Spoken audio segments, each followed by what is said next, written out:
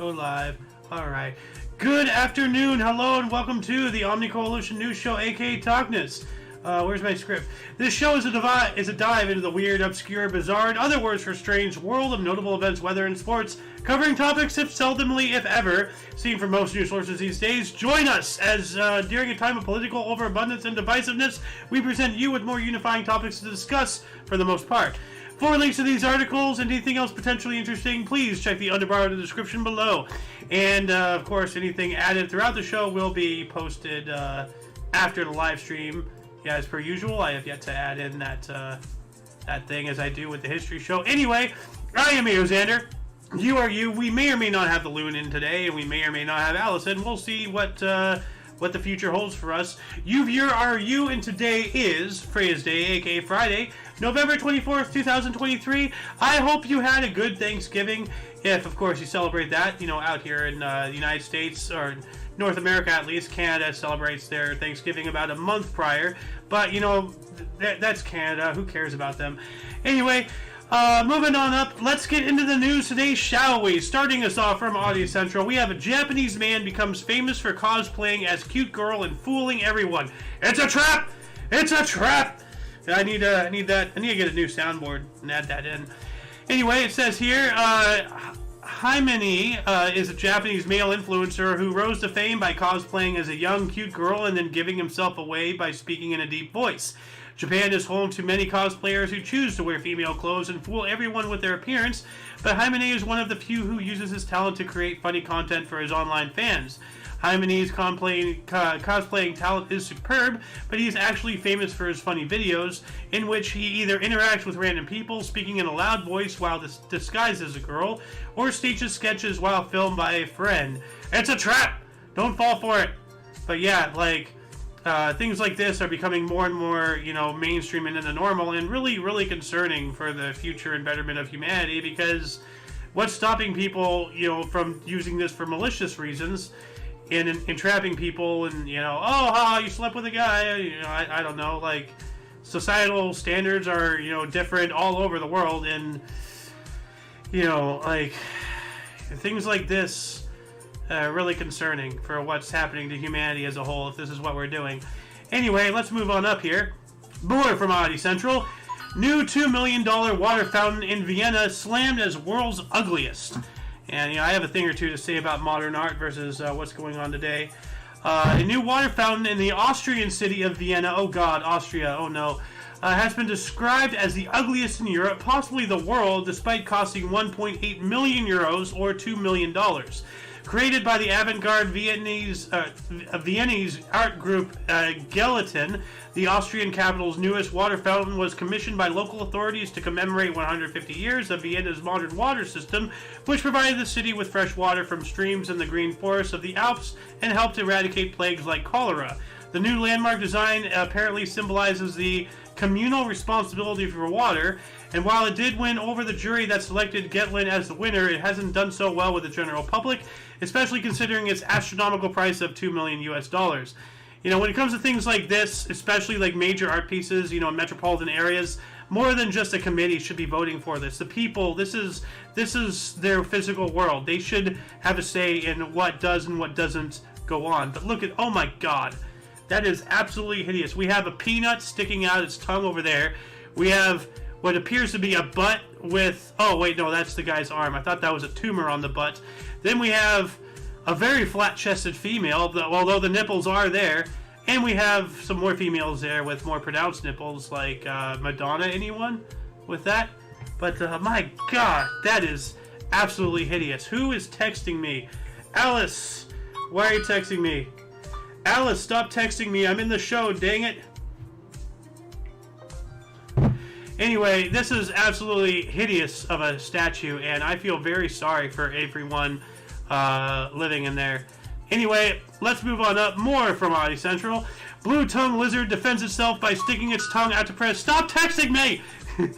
The blue-tongued skink, a lizard native to the Australian continent, has a rather bizarre defense mechanism. It sticks its bright blue tongue out to predators as they actually run away sometimes. A subspecies of Tiliquus syncoides, the blue-tongued skink, that sounds like a slur, is one of only 5 animals known to have blue tongues, the other being the Chow Chow dog breed, the giraffe, the impala, I thought that was a car, and the okapi. Oh, the okapi has a blue tongue? That's it. What is an impala? Let's look that up here really quick, actually. Impala animal. Let's see here. Oh, okay, one of those. Okay. Alright. With a blue-tongued skink feels threatened, it will start sticking out its blue tongue rapidly, and the contrasting blue tongue against the pink background of its mouth will actually make some animals think twice before attacking it. It sounds weird, but there is actually a logical explanation behind this unique defense strategy. So look at that. It looks like it's eating an ocean sponge or something. So that's, and that is a really big, tongue. Wow. Gene Simmons ain't got nothing on this guy. Let's see, it has bright colors in animals tend to indicate that they are either poisonous or venomous, and while the blue-tongued skink is neither, its bright blue tongue can fool hungry predators into thinking that it is. Dart frogs are the perfect example of the toxic and colorful association in nature, and the blue-tongued skink just uses it as a trick.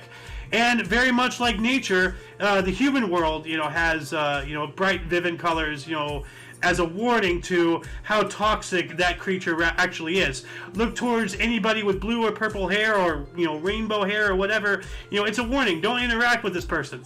So, anyway, what else do we got here? Polnug Beast, Ireland's naturally rectangular rock pool. All right. What did she send me? Not that color of... Okay, yeah. Anyway, what does this say? Irish... Inishmore, the largest of Ireland's Aran Islands, is home to a remarkable natural wonder, a rectangular pool cut so straight in the limestone that it looks man-made. Also known as the wormhole or the serpent's lair, Polnabbeast is a natural water basin with an edge length of approximately 10 by 25 meters with a stone formation. Within a stone formation. It can only be accessed by walking along the cliffs south of the ancient site Dun Aongadhasha, but in recent years it has become famous for hosting the renowned Red Bull Cliff Diving World Series. The most fascinating thing about Polnabbeast, if anybody knows how to pronounce that correctly, please let me know in the comments section, is its remarkable rectangular shape, which has led many to question its natural origins and sparked several theories, including that it was the work of an ancient civilization. That is rather unusual, but we know that non-natural shapes do occur in nature, like the hexagon, the path of giants or whatever it's called. Like we have several of those, on our world as well. But if you look at the poles of Jupiter and Saturn, it's more visible on Jupiter. It is hexagonal, and that is not man-made. Definitely not. So it says here the unusual formation features underwater channels that connect to the sea. Water flows into the Polnabbeast through a subterranean cavern, or sometimes waves crash over at high tide, filling it from the top. The pool is around 300 meters deep and features underground channels through which the currents surge and retreat from the open sea, threatening to suck unsuspecting swimmers into the ocean. So yeah, be careful when messing around over there. But yeah, so it looks like they do dives directly into that, cliff diving in Ireland. Let's get rid of that sound. So let's see here. Yeah, there's okay, the ocean. Show us the thing. Okay, all these people applauding. Come on. Like, so okay, they're cliff diving. Show me cliff diving. There we go. So they're cliff diving directly into that thing. That's pretty cool. That's pretty wicked right there. What else do we have here? Doctors find living fly in man's intestines during colonoscopy. Now, this is not really that unheard of. Well, actually, it is rather unheard of, but it's not impossible. And I'll explain why after I read this. Doctors in Missouri got the shock of their lives during a routine colonoscopy when they came across a fully developed fly living in the patient's traverse colon. The American Journal of Gastroenterology recently published a bizarre case of a 63-year-old man who had a fly living inside his intestines. The man had shown up for a routine colon cancer screening earlier that year, and doctors at a Missouri hospital conducted a colonoscopy, a procedure in which a camera is inserted in the intestines to check for any abnormalities. I myself have had one. This is exactly what the physicians found while exploring the patient's traverse colon, the area at the top of the large intestine, an intact fly that had somehow survived the gastric acid and was chilling inside the man's body. Now, as I said, this had, like, I was introduced to this actually just a few weeks ago watching, what was the show? I forgot the name of the show. But, like, they review crazy videos from all over the world and everything. And in this one, there was a live ladybug inside a patient. Now, here's what most likely have happened. Because of the procedure leading up to the colonoscopy, you got to flush yourself clean. You know, you don't want a dirty colon for them. They can't see through all the filth. So you got to, you know, like, not just fast, but take chemicals to flush your system clean so, you know, they can get a really proper reading. With that said, it is very likely, well, the most likely case scenario is that the fly or the ladybug, in this example I'm talking about, somehow got into, you know, the digestive system, you know, orally, you know, whatever, like, you know, somehow got in through the mouth, and because of the chemicals and whatnot, having everything, you know, be flushed, instead of being digested in the stomach, it continued going on and got pushed into the intestines and the colon and survived because everything's on its way out and it just didn't get scooped out, you know, after it got in. That's probably what happened with this fly. Very interesting. So, what else do we have here? Chinese bed making competitions are surprisingly mesmerizing to watch. This is interesting. China's hospitality sector routinely holds bed-making competitions that both showcase the skill and dedication of hotel employees and motivate others to achieve the same level. In order to provide guests with the best hospitality services, Chinese luxury hotels require their staff to undergo intensive bed-making training, and the very best of them get to participate in bed-making competitions hosted by the hotel chain or held at a regional or national level. And these contests are no joke. Participants need to be masters of their trade to stand a chance of convincing the jury that they deserve to win. Apart from speed, the first contestant to finish gets bonus points. Competitors have to abide by certain rules to make sure that they pay great attention to detail. So, let's see a video of this bed making competition. So, we have, they're just putting on the sheets. Alright.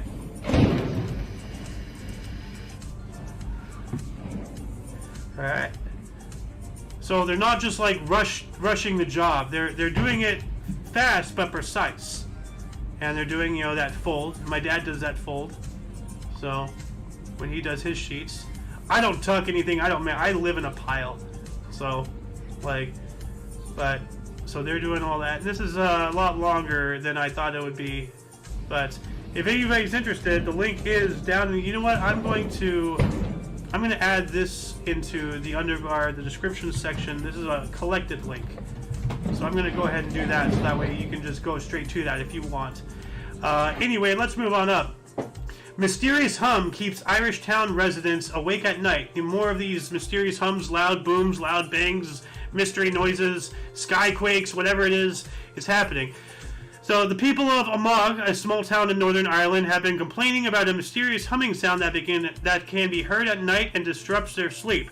In recent weeks, the Omagh District Council has actively been trying to identify the source of a nighttime noise that several residents from all over the small Northern Ireland town have been complaining about. Unfortunately, all their efforts so far have ended in failure, leaving them with no other choice but to call in sound experts to solve the mystery. People usually characterize it as a persistent buzz or a hum that differs, from the sound of passing vehicles that can only be heard late at night, usually around 12 in the morning to 1. While some have gotten used to it, others claim that it has been interfering with their night's sleep and demand that something to be done with it about it. Well, buy some noise canceling headphones, buy some earplugs, like, until they fix it, it's not fixed. So you just gotta deal with it, one way or another. Anyway, I'm getting some acid reflux here. Be careful with those Thanksgiving leftovers, people. Don't eat too much. Anyway, more from Oddity Central here. This Silver Swan automaton is a 250-year-old mechanical marvel. Ooh, what is this? Created in 1774. Wow. To impress royalty and their guests, the Silver Swan automaton remains an impressive, intricate mechanical wonder that continues to captivate audiences.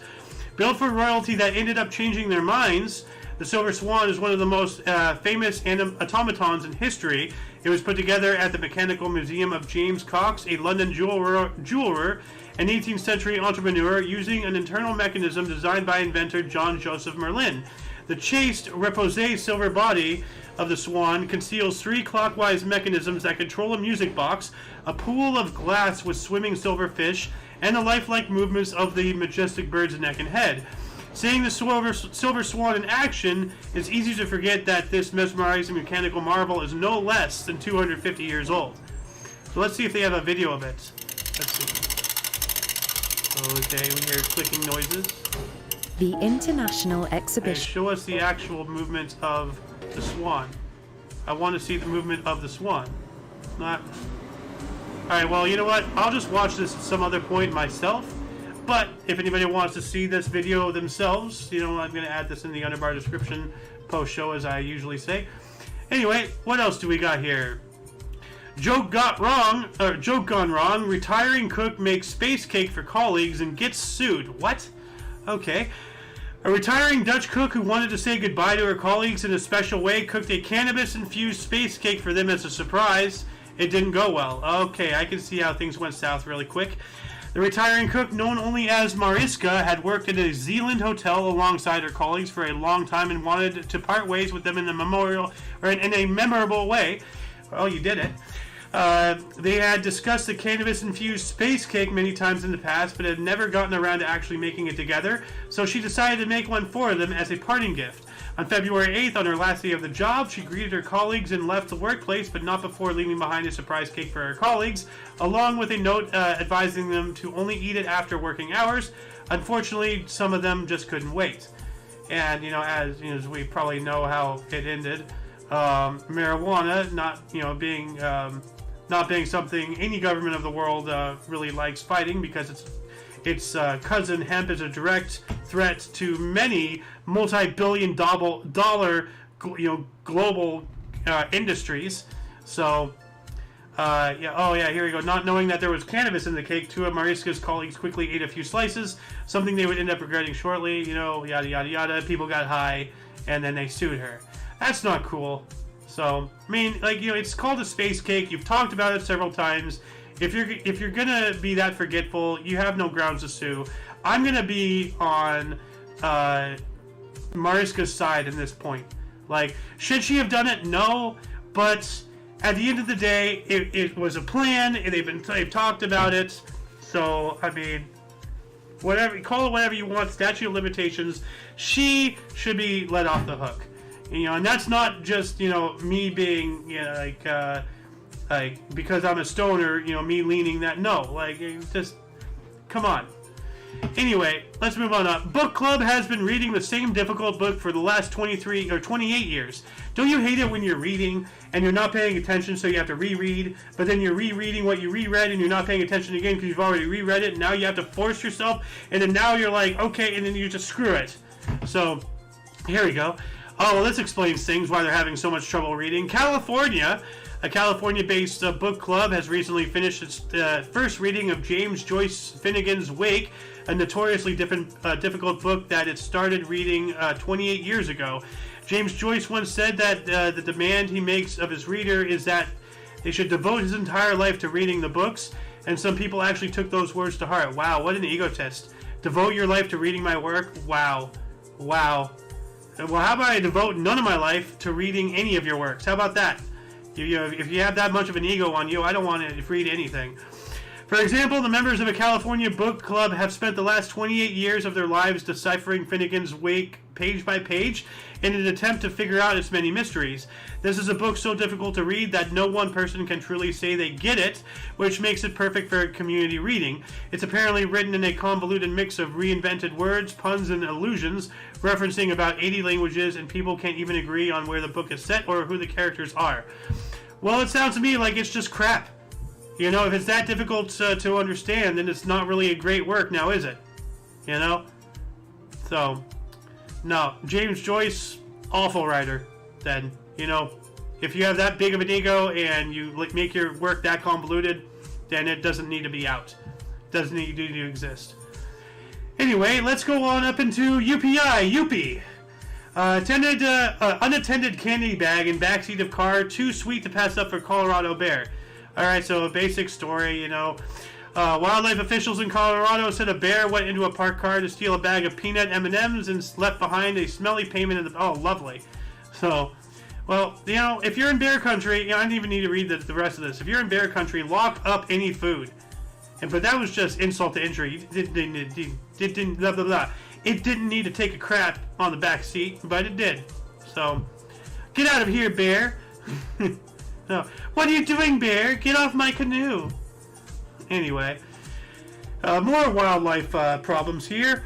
Hiker followed by 3 bears on California trail. I wonder if it was Goldilocks, you know, trying to run away from the 3 bears after they found out that she ate their porridge and slept in their beds. A California jogger captured video of her. It is a female. Harrowing encounter with a mother bear and her 2 cubs on the Sierra Madre Trail. The video posted to Instagram by Laura Gold. Oh, Goldilocks. Oh, are we getting a thing here? Oh, shows the mother bear and her cubs charging toward her on the trail and following as she attempts to back away from the area. The woman can be heard roaring in an attempt to ward off the animals. The hiker was eventually able to get away from the bears without injury. All right, so someone named Gold walking away from 3 bears. I wonder if porridge and beds were involved in this story as well. That is a good question. So, anyway, what else do we got here? Man walks more than 34 feet on slackline while juggling knives. Alright, this is a weird way to one-up Britney Spears, but okay. A talented circus performer climbed onto a slackline in California. All these California stories. And walked at a distance of 34 feet 4 inches while juggling 3 knives. Guinness World Records said Edgar Yodikovich captured the record for the greatest distance traveled on the slackline while juggling 3 knives when he took on the challenge in Colorado. So, alright, so Guinness World Record broken. Like, okay, cool. Let's start focusing on records that actually mean things. Like, outside of a record, what merit does this have in this world? Nothing. You're doing it just to do it. So it exists just to exist.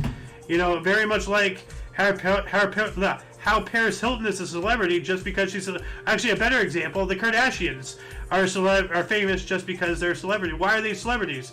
Because they're celebrities. They don't provide any actual merit other than what they are. So, yeah, take it for what you will. More from UPI here. Man tries to scare off birds, accidentally creates magpie god. What is that? Oh, I see what they... Okay, he made an effigy. A New South Wales, Australian man attempted to keep birds away from his cat's food with a homemade owl sculpture, but accidentally made a magpie god. Guilio Cozilla said he learned that magpies can be deterred with owl sculptures, but he didn't want to spend a lot of money on one, so he made his own out of paper mache and feathers. He said the magpies initially seemed to fear his sculpture, but eventually he started to approach it and engage in behaviors Cozilla said seemed like worship. Gesine Kaplan, emeritus professor in animal behavior at the University of New England, saying the magpies in the video aren't actually showing deference to the owl sculpture. They're making territorial calls and trying to scare it away. So he believes he might have made a deidic effigy, but he did not. These magpies are actually, they really want the food, so they want to... Oh, ew, it's TikTok. Never mind. I'm sorry. I did not mean to click that. Whoops.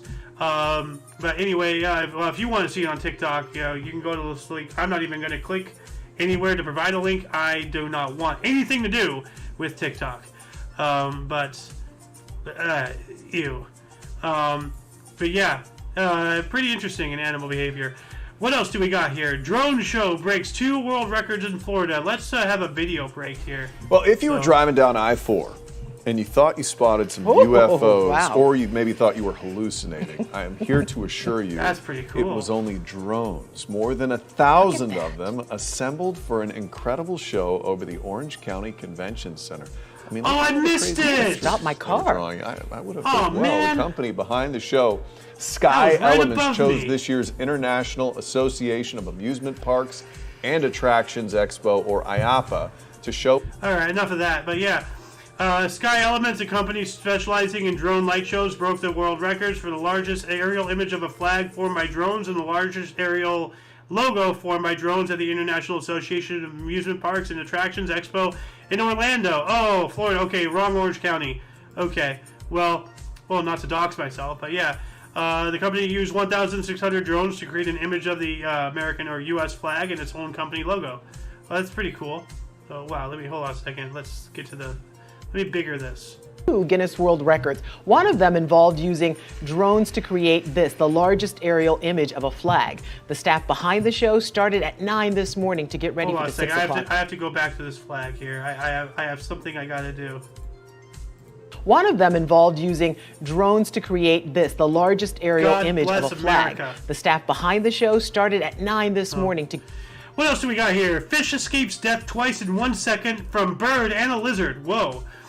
One fish was just the luckiest as this escaped the beak of a bird and the teeth of a lizard all in a matter of seconds.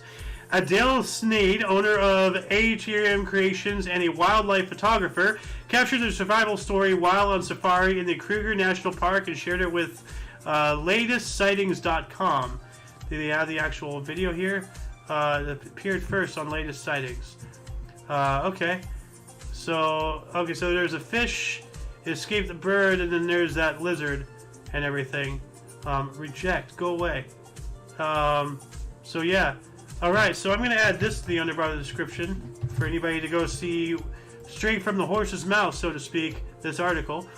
Moving on up, more from UPI. Pilot helps book return to library across the country. That's pretty cool. We cover this every now and then. The Kansas Library shared the story of a children's book that was returned to the facility after being found by a pilot at an Atlanta airport. The Johnson County Library in Shawnee said on local media that the book, Whatever After If the Shoe Fits by Sarah Mlinowski, arrived in the package with a letter from a Delta Airlines pilot named Ben. Ben wrote that he found the book unattended in the B concourse at Hartsfield-Jackson Atlanta International Airport and decided to make sure it made it home safely. So that's pretty cool. You know, we every now and then we cover... this happens a lot more than you think, actually. There is actually another article. I'm not sure if I took it up, but there was another article from UPI about a 45 or 48-year-old overdue book returned. So this happens almost on a daily basis, actually. But it still, doesn't diminish what, it's really cool. Like, give the books back. Books are very important. Moving on up. Indian woman with 38 teeth earns Guinness World Record. Well, she's got more chompers than I do. Looks like she has some on the inside too, right there. So, a 26-year-old woman from India was awarded a Guinness World Record for the number of teeth in her mouth, 38. Which I think the normal is what, 36? Let me look it up. Normal teeth amounts, human adults. 32. Alright, and I'm down to 28. Actually, no. 27? Or maybe even less. Because I don't have any of my wisdom teeth. I got all 4 taken out at once. One of these 2 teeth, I forgot which one, is fake. So I'm down by 5 teeth, at least. But let's see here. Kalpana Balan has 6 more teeth in her mouth than the average adult, earning her the record for the most teeth in a person's mouth for the female. Guinness World Records has announced. Balan has 4 extra mandibular teeth in her lower jaw and 2 extra maxillary teeth in her upper jaw. Her extra chompers, known as supernumerary teeth, started growing in when she was a teenager, and she initially was going to have them removed, but dentists told her that she should wait until they finished coming in. Balan said she decided not to remove the teeth as they didn't cause her any pain.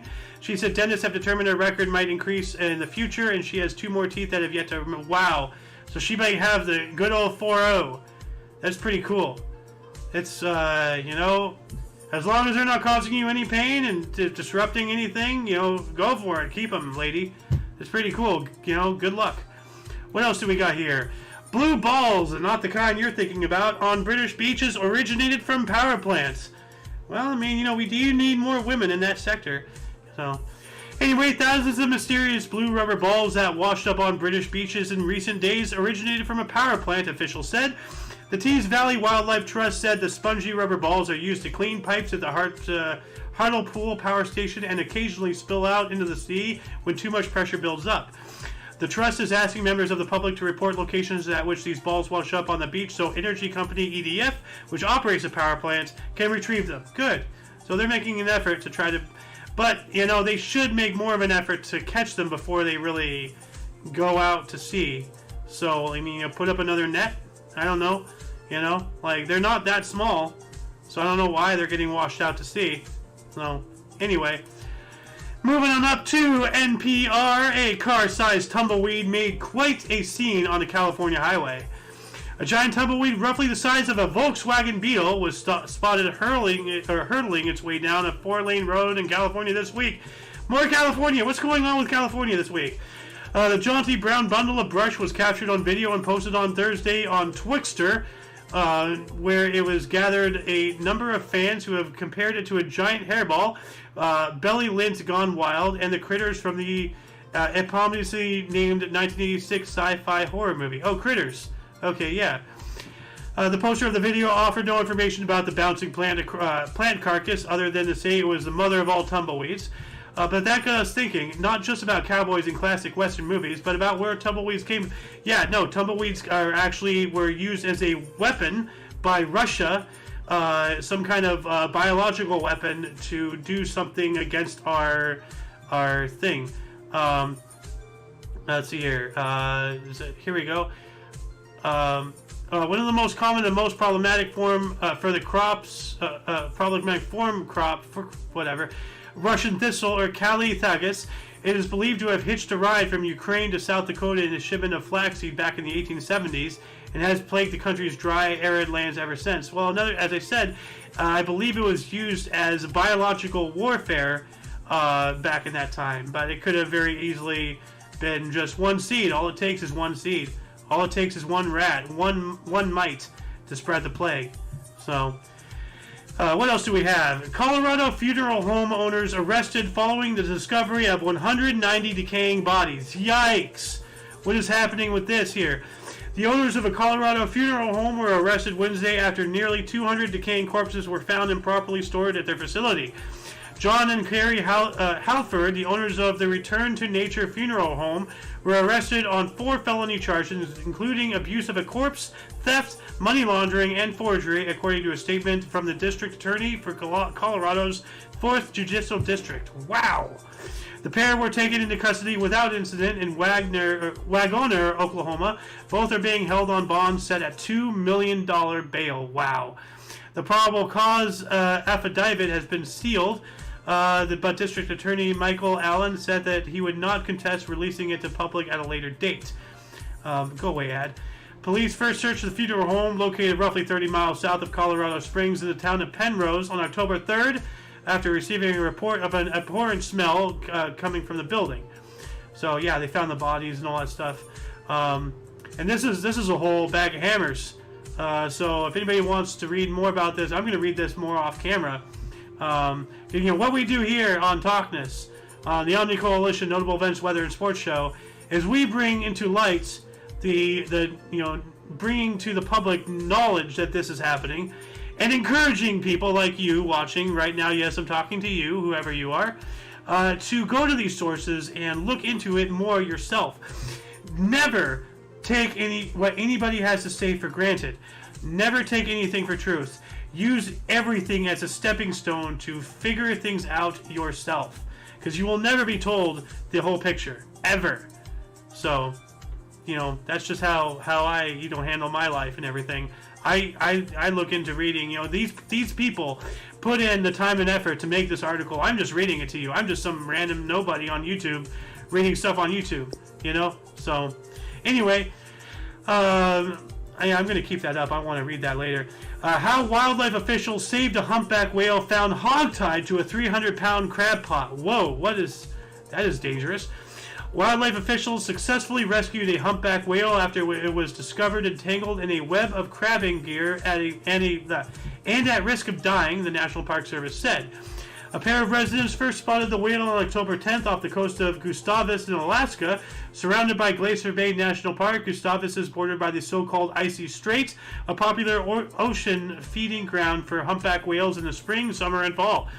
But this particular whale wasn't feeding. It was seen trailing 2 buoys, making unusual sounds and having trouble moving freely, according to an account of the rescue from the park service. When park staff were able to assess the situation from a boat, they found a heavy fishing line winding from the whale's mouth to its tail, ending in a glob of tangled lines at its tail. Wow, that's terrifying. So, like, they have an actual video. Let me bigger that. So, do they actually have a video? Oh, yeah, right there. You can see. Wow. That is heartbreaking. Wow. You know, and something tells me, you know, Chinese fishermen have something to do with this. You know, they're just all over the place. So, wow. That's awful. That's awful. Let's move on up before I start crying. More from NPR. Australian police charge oh yeah, we got oh wait, this is something else. Australian police charge a woman with 3 murders and alleged mushroom poisoning. I had a hiccup because I have another article of that funeral home thing later on. You know, different points of view, you know, different sources, same story. You know, as I said, you know. Anyway, the prime suspect in, let's see here, it is the kind of story mystery novelist might conjure, but for months a real murder case has been playing out in the small Australian town where 3 people have died after eating, oh, I remember this. She did this intentionally, right? Or was this something else? I remember some lady intentionally poisoning the food of her family to kill them. The prime suspect in Leogathana, a country town some 84 miles southeast of Melbourne in Victoria, has long been seen as Erin Patterson, who hosted the lunch in late July, whose 4 guests quickly fell gravely ill. The menu included a beef Wellington dish that Patterson said included mushrooms. Police arrested Patterson on Thursday. She is now charged with 3 counts of murder and 5 counts of attempted murder. The authorities did not name Patterson directly, but the details and circumstances align closely with her case, and national media quickly reported her incident. So I believe this is the same incident I was actually talking about. Somebody had some beef with their in-laws, so they treated them to a poisoned dinner and killed them. So, allegedly. So, yeah. So there's this. So, you know, we're doing a little bit of a follow-up, I believe, to that story. But then again, it's been so while since I read that original story. I don't really know the exact semantics, whether or not it even is this one. But it does involve food, eating, poisoning, and death. So there's at least those similarities. She even, yeah, she doesn't look like a good person. So she has a mean mug going on right there. Anyway, let's move on up here. Oh yeah, this is the other article I talked about, so I don't need to get back into this. Why scientists are reanimating spider corpses for research? No, no, no, no, no, no, no, no, no. Stop! Stop it! Yeah, like, and to quote out of Jurassic Park, you're so preoccupied with whether or not you could, you didn't stop and ask whether or not you should. Yeah. Yikes. Let's see here. From corpse to claw. Come on, give me the actual article. So, at least that the spider you squashed, it could have been used for science. At least that's what Faye Yap and Danielle Preston think. Yap is a mechanical engineering PhD student in Preston's lab at Rice University, where she co-authorized a paper in reanimating spider corpses to create grippers, or tiny machines used to pick up and put down delicate objects. Yup and Preston dubbed this use of bionic materials for robotic parts necrobiotics, and think this technique could be used one day to could one day become a cheap green addition to the field. Okay, but I'm not for reanimating spiders for any reason. So they're not really reanimating them, they're just taking control of their like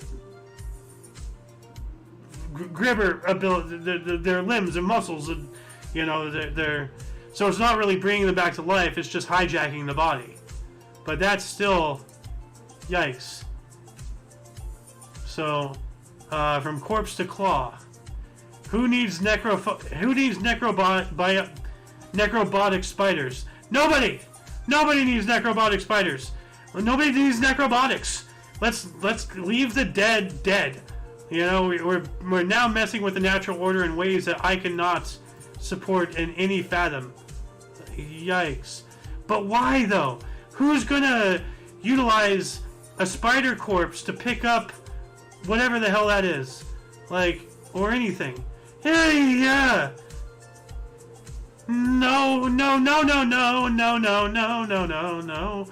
Alright, so we are able to follow through with this. This lady, on her 104-year-old birthday, went skydiving, and it wasn't passed yet, but it was potential of being the Guinness World Record for oldest person skydiving, which it did pass. Unfortunately, this lady died prior to it passing. But yeah, Dorothy Hoffner jumped 13,500 feet from a plane with Skydive Chicago in Ottawa,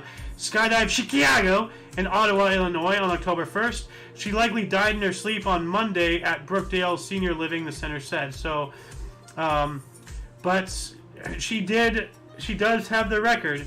So posthumously, she got the record. So, closing this chapter, we were able to follow through with this, because I remember talking about this a couple weeks ago, when she actually did the skydiving, and shortly after her actual death. Actually, no, I believe we reported on her skydiving, and then we reported on her death, and then now we're reporting on her achieving the actual record is now set in stone. So, good on you, rest in peace, lady, and good luck to anyone who wants to break that record, like, it's literally a waiting game, so, anyway, and that shall be it. Yeah, ending the show on a high note. Cool. High note. Yeah, that shall be it for the show. Once again, please check the underbar of the description for any links that you may be interested in, including but not limited to all things Omni Coalition. Our link tree takes you to all of our other video sharing stream sites. We're not just on Rumble or on YouTube. We're also on BitChute, and we are on Odyssey, although we only use Odyssey because of their internal cryptocurrency system to upload the Peanut and maybe a few other shows. We'll see. But anyway, yeah, go check that out and all that stuff. For your dose of different, odd, and unusual news, aka notable events, weather, and sports, we stream every Friday at 3 p.m. Pacific Time, which is 4 Mountain, 5 Central, and 6 p.m. Eastern Standard Time, respectively. For all of you and all of us, I am Xander, and you are you. Until you catch us next week, or if you're interested in some history, we do a history show almost every day at 11 in the morning Pacific Time. We have The Edge of Disclosure, our ufology, paranormal, and conspiracy show coming up tomorrow at 6 p.m. Pacific Time. And we also have the Peanut coming up on Sunday at 3 or 4 p.m. Pacific Time. Times vary because of schedules. But anyway, until you see us again, whenever that is, wherever that is, until then, don't forget to look right and left at every intersection, rate 5 thumbs, and subscribe. Toodles!